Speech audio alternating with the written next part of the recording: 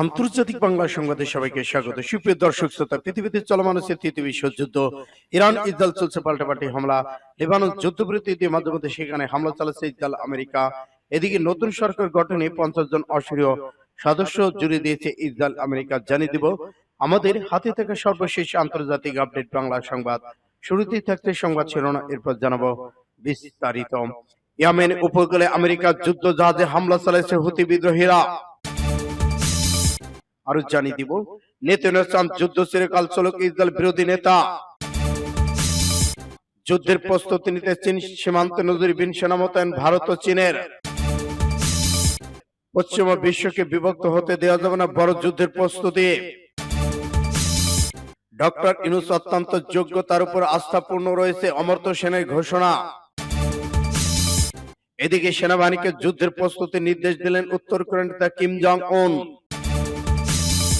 ভূগর্ভস্থ নতুন ক্ষেপণাস্ত্র ঘাঁটি উন্মোচন করেছে ইরান। এবং সর্বশেষে জানিয়ে দেব ইরানের তেল স্থাপনায় ইসরায়েলের ভয়াবহ হামলা। এতক্ষণ শুনছিলেন সংবাদ শিরোনাম, এখন বিস্তারিত। তবে অনুরোধ থাকবে এই ভিডিওটিতে একটি লাইক দিন এবং কমেন্টস করে জানিয়ে দিন আপনি কোন জেলা থেকে বা কোথা থেকে আমাদের সাথে যুক্ত রয়েছেন।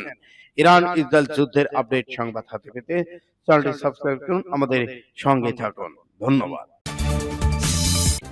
ইয়েমেন উপকূলে আমেরিকার জাহাজে হামলা চালিয়েছে হুতি বিদ্রোহীরা। ইয়েমেনের উপকূলে আমেরিকা একটি মালবাহী জাহাজে ব্যালিস্টিক মিসাইল হামলা চালিয়েছে হুতি বিদ্রোহীরা। মধ্যপ্রাচ্যে আমেরিকার সামরিক কমান্ডার জানিয়েছে জিব্রাল্টার ঈগল নামে যে জাহাজটি হামলা চালানো হয়েছে সেখানে কেউ আহত হয়। মালিকানা আমেরিকান হলেও মার্শাল দ্বীপপুঞ্জের পতাকাবে এই জাহাজটি এডেন উপসাগর যাত্রা অব্যাহত রেখেছে। গাজা হামাসের বিরুদ্ধে ইসরায়েল হামলার প্রতিবাদ ইরান সমর্থিত ইয়েমেন হুতি বিদ্রোহীরা গত নভেম্বর মাস থেকে পণ্যবাহী জাহাজের উপর হামলা চালিয়ে যাচ্ছে।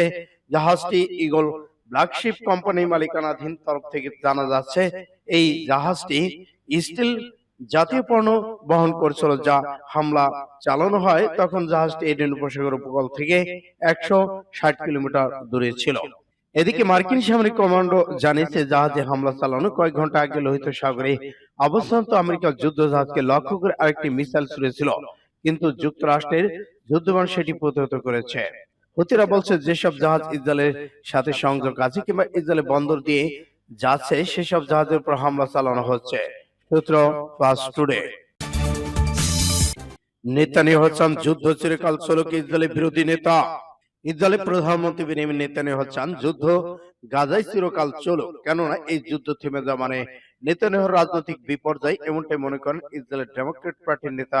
ইসরায়েলি দৈনিক মারিফকে তিনি জানিয়েছেন নেতানিয়াহু ক্রমাগত সমস্ত আমাদের নাগরিকদের অসাধারণ চাপ এবং জরুরি অবস্থার মধ্যে রাখার উপায় খুঁজছেন, কারণ এটি রাজনৈতিক প্রয়োজনগুলো পূরণ করে। তিনি বলেছেন কত সৈন্য মারা গেছে এবং জীবিতদের জীবন নিয়ে নেতানিয়াহু কত মাথা ব্যথা নেই, এতে কিছু যায় আসে না, কারণ সে ব্যক্তিগত রাজনৈতিক চাহিদা অন্য সবকিছুর চেয়ে প্রাধান্য দিয়েছে।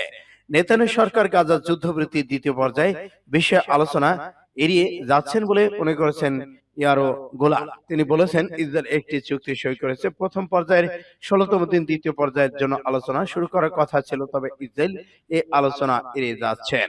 নেতানিয়াহুর এই ধারণা বিরোধী এবং গোলান বলেন তারা জিম্মিদের মুক্তি দিতে চান। তাদের একটি সহজ জিনিস বুঝতে হবে, আমাদের দীর্ঘমেয়াদী যুদ্ধ বিরতিতে পৌঁছানো হবে এবং গাজার বেশিরভাগ অংশ থেকে সরে যেতে হবে। সূত্র ইত্তেফাক এসকে। যুদ্ধের প্রস্তুতি নিচ্ছে চীন, সীমান্তে নজিরবিহীন সেনা মোতায়েন ভারতের। চীন সীমান্তে নজিরবিহীন সেনা সংখ্যক বাড়িয়েছে ভারত। অরুণাচল প্রদেশের সীমান্ত এলাকায় দুই দেশের সেনাদের মধ্যে সংঘর্ষের কয়েক দিনের মাথায় এই কথা জানান ভারতের পররাষ্ট্রমন্ত্রী এস এস জয়শঙ্কর। অন্যদিকে ভারতের অরুণাচল সীমান্তে যুদ্ধের প্রস্তুতি নিচ্ছে চীন, এমনটাই দাবি করেছে ভারতের সংবাদ মাধ্যম এনডিটিভি। সম্প্রতি অরুণাচল প্রদেশের সীমান্ত এলাকায় সংঘাতে জড়ায় ভারত চীনের সেনা। এই ঘটনায় উভয় পক্ষের বেশ কয়েকজন সেনা আহত হয়েছেন বলে খবর পাওয়া গেছে। এরপর থেকে সীমান্তে উত্তেজনা বিরাজ করছে। সীমান্তে ভারতীয় সেনাদের সংযত আচরণ করার জন্য চীনের পক্ষ থেকে ভারতকে সতর্ক করা হচ্ছে বলে জানিয়েছেন রুশ গণমাধ্যম আরটি। এদিকে ভারত চীনের মধ্যে 3440 কিলোমিটার দীর্ঘ বিরোধপূর্ণ সীমান্ত রয়েছে। হিমালয় সীমান্ত থেকে 1962 সালে যুদ্ধ জড়ায় ভারত চীন। সেই যুদ্ধে লজ্জাজনক হার এখনো নয়াদিল্লি, তবে সীমান্তে প্রকৃত নিরক্ষরেখা বা ডিফ্যাক্টো সীমান্ত গঠনের মাধ্যমে যুদ্ধবৃত্তির মধ্যে দিয়ে সেই সংঘাত অবসান হয়। সীমান্তের বিরোধীপূর্ণ যে এলাকা তাদের প্রকৃত নিয়ন্ত্রণ রেখা বা line of actual control LACO বলা হয়। সূত্র ইন্ডিয়া টুডে। পশ্চিমা বিশ্বকে বিভক্ত হতে দেওয়া যাবে না, ইটালির প্রধানমন্ত্রী।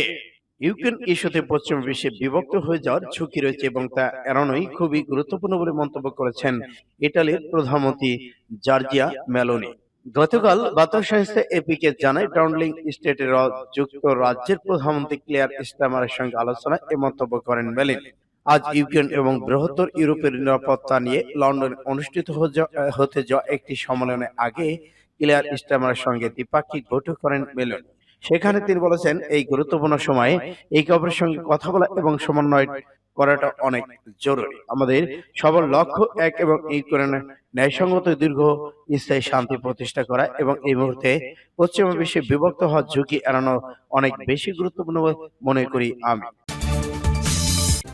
ডক্টর ইউনূস অত্যন্ত যোগ্য, তার উপর আমার পূর্ণ আস্থা রয়েছে, অমর্ত্য সেনের ঘোষণা। বাংলাদেশের চলমান পরিস্থিতি নিয়ে কথা বলেছেন নোবেলজয়ী অর্থনীতিবিদ অমর্ত্য সেন। অন্তর্বর্তী সরকার প্রধান উপদেষ্টা ডক্টর মোহাম্মদ ইউনূসের ব্যাপারে তিনি বলেন, ডক্টর ইউনূস অত্যন্ত যোগ্য, তার সক্ষমতার উপর আমার পূর্ণ আস্থা রয়েছে। সম্প্রতি শান্তিনিকেতনে তার পৈতৃক বাড়িতে ভারতীয় গণমাধ্যম প্রেস স্টার্ট অফ ইন্ডিয়াকে পিটিআই দেওয়া সাক্ষাৎকারে এই কথা বলেন তিনি। বাংলাদেশের প্রধান উপদেষ্টা হিসেবে ডক্টর ইউনূস সম্পর্কে তার মূল্যায়ন জানতে চাইলে তিনি আরো বলেন, ডক্টর ইউনূস আমার পুরনো বন্ধু, তিনি বিভিন্ন দিক থেকে একজন অসাধারণ মানুষ। রাজনৈতিক দল হিসেবে আওয়ামী লীগকে নিষিদ্ধ করার বিষয়ে সতর্ক করে অমর্ত্য সেন বলেন, এ ধরনের পদক্ষেপ একই ভুলের পুনরাবৃত্তি করবে, যে কারণে আওয়ামী লীগ সরকারকে অন্য রাজনৈতিক দলগুলো দোষারোপ করেছিল। তিনি বলেন, আপনি যদি হঠাৎ করে কোনো দেশের প্রধান হয়ে যান তাহলে আপনাকেও ডক্টর ইউনূসের মতো কার্যকর পদ্ধতি গ্রহণ করতে হবে। আপনাকে অবশ্যই বিভিন্ন দল বিবেচনা করতে হবে, কারণ সেখানে ইসলামিক দল রয়েছে, হিন্দু দলও রয়েছে। নোবেলজয়ী অর্থনীতিবিদ বলেন, কোন নির্দিষ্ট গোষ্ঠীকে সাইডলাইন করার চেষ্টা না করে বাংলাদেশের উচিত ঐতিহ্যকে ধারণ করে একসঙ্গে কাজ করা, এজন্য বৃহত্তর দৃষ্টিভঙ্গি প্রয়োজন। আমি আশা করি স্বাধীনতা বহুত্ববাদের প্রতি বাঙালি প্রতিশ্রুতি বজায় রাখবে, বাংলাদেশ নিয়ে উদ্বিগ্ন তবে আশাহত নয়। তিনি আশা করেন আগামী নির্বাচনে অনেকে দাবি যে অবাধ সুষ্ঠু হবে, তবে পরিবর্তনের অবকাশ রয়েছে। সূত্র ইন্ডিয়া টুডে। সেনাবাহিনীকে যুদ্ধ প্রস্তুতি নিতে বললেন কিম জং উন। সামরিক প্রশিক্ষণ তত্ত্বাবধানকালে একটি নতুন যুদ্ধ ট্যাঙ্ক উদ্বোধন করেছেন উত্তর কোরিয়ার নেতা কিম জং উন। দক্ষিণ কোরিয়া যুক্তরাষ্ট্রের যৌথ মহড়ার সময় ট্যাঙ্ক উদ্বোধন করা হলো, খবর আল জাজিরা। দেশটি রাষ্ট্রীয় গণমাধ্যম কোরিয়া সেন্ট্রাল নিউজ এজেন্সি প্রকাশিত ছবিতে দেখা যায় একটি কালো রঙের চামড়ার জ্যাকেট পরা ট্যাঙ্ক মহড়া ইউনিফর্মধারী সেনাদের স্যালুট গ্রহণ করেছেন এবং লাইভ ফায়ার ট্রেনিং ম্যাচ মহড়া দেখছেন। এই সময় কিমের সঙ্গে ছিলেন শীর্ষ জেনারেলরা। কেসিএন এ জানিয়েছে, ট্যাঙ্ক সম্পর্কে স্কুলদের বর্ণনার পর কিম একটি নতুন ধরনের যুদ্ধ ট্যাঙ্ক উঠে নিজেই চালিয়ে দেখেন। নতুন ট্যাঙ্কটি সক্ষমতার বিষয়ে কিম সন্তুষ্ট প্রকাশ করেছেন। এই সময় সেনাবাহিনীকে যুদ্ধের জন্য প্রস্তুতি নেওয়ার নির্দেশ দিয়েছেন তিনি। উত্তর কোরিয়া দীর্ঘদিন ধরে সিউল ওয়াশিংটন যৌথ সামরিক মহড়া নিন্দা করে আসছেন, এমনকি একে আক্রমণের মহড়া বলেও অভিহিত করেছেন। অতীতে এ ধরনের মহড়া প্রতিক্রিয়া হিসেবে দফায় দফায় ক্ষেপণাস্ত্র পরীক্ষা চালিয়েছে পিয়ংইয়ং। সূত্র ইন্ডিয়া টুডে। নতুন ভূগর্ভস্থ ক্ষেপণাস্ত্র ঘাঁটি উন্মোচন করল ইরান, আতঙ্কে ইসরায়েল আমেরিকা। এবার স্কুল ক্ষেপণাস্ত্রের নতুন ভূগর্ভস্থ ঘাঁটি উন্মোচন করেছেন ইসলাম বিপ্লবী গার্ড বাহিনী RGC। দক্ষিণ অঞ্চলে স্কুল ক্ষেপণাস্ত্রের নতুন ভূগর্ভস্থ ঘাঁটি উন্মোচন করেছে। ঘাঁটিতে অবস্থিত অত্যাধুনিক ক্ষেপণাস্ত্রগুলো উন্নত অবস্থায় সজ্জিত এবং সম্ভব স্বল্পতম সময়ে লক্ষ্যবস্তু আঘাতে আনতে সক্ষম। RGC প্রধান মেজর জেনারেল হোসেন সালামি গতকাল দক্ষিণ অঞ্চল উপকূলে এই ক্ষেপণাস্ত্র ঘাঁটি পরিদর্শন করেছেন। তিনি বলেন, RGCর সদস্যরা ইরানের সশস্ত্র বাহিনী দেশকে রক্ষা শক্তিশালী করার চেষ্টা করছে। সালামি আরো জানান, গত সপ্তাহগুলোতে ইরান যে কয়েকটি ক্ষেপণাস্ত্র উন্মোচন করেছেন তা দেশটির শক্তির একাংশ। এর লক্ষ্য দেশে শত্রুদের ভুল হিসাব থেকে বিরত রাখা। RGC নৌবাহিনী কমান্ডার অ্যাডমিরাল আলিজা তাংসিরি ক্ষেপণাস্ত্র নগরীর মরুক উন্মোচন অনুষ্ঠানের ফাঁকে বক্তব্য দিয়েছেন। তিনি বলেছেন, নতুন উন্মোচিত ক্রুজ ক্ষেপণাস্ত্রর কদর 380 মডেলের মতো, যা 5 মিনিটের সময়ে প্রস্তুতি নিতে উৎক্ষেপণ করতে সক্ষম। সূত্র ইন্ডিয়া টুডে। ইরানের তেল স্থাপনায় ইসরায়েলি হামলা। যুক্তরাষ্ট্রের প্রেসিডেন্ট জো বাইডেন বলেছেন, ইরানের তেল স্থাপনায় সম্ভব ইসরায়েলি হামলার বিষয়ে তিনি আলোচনা করেছেন। গতকাল তার এই মন্তব্যের পর বিশ্ব বাজারে তেলের দাম বাড়তে শুরু করেছেন। মার্কিন প্রেসিডেন্ট নির্বাচন 1 মাস আগে এই ধরনের তেলের বাজারকে উত্তপ্ত করে তুলেছিল।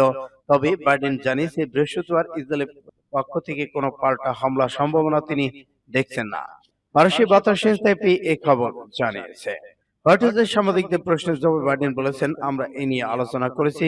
আমার মনে হয় এটি হতে পারে। যাই হোক, বাইডেনের এই মন্তব্যের পরপরই তেলের দাম 5% বৃদ্ধি পায়, যা মধ্যপ্রাচ্য পরিস্থিতি নিয়ে উদ্বেগকে আরো বাড়িয়ে তুলেছে। তেলের দাম এই উস্ফলন বাইডেন ভাইস প্রেসিডেন্ট কমলা হ্যারিসের জন্য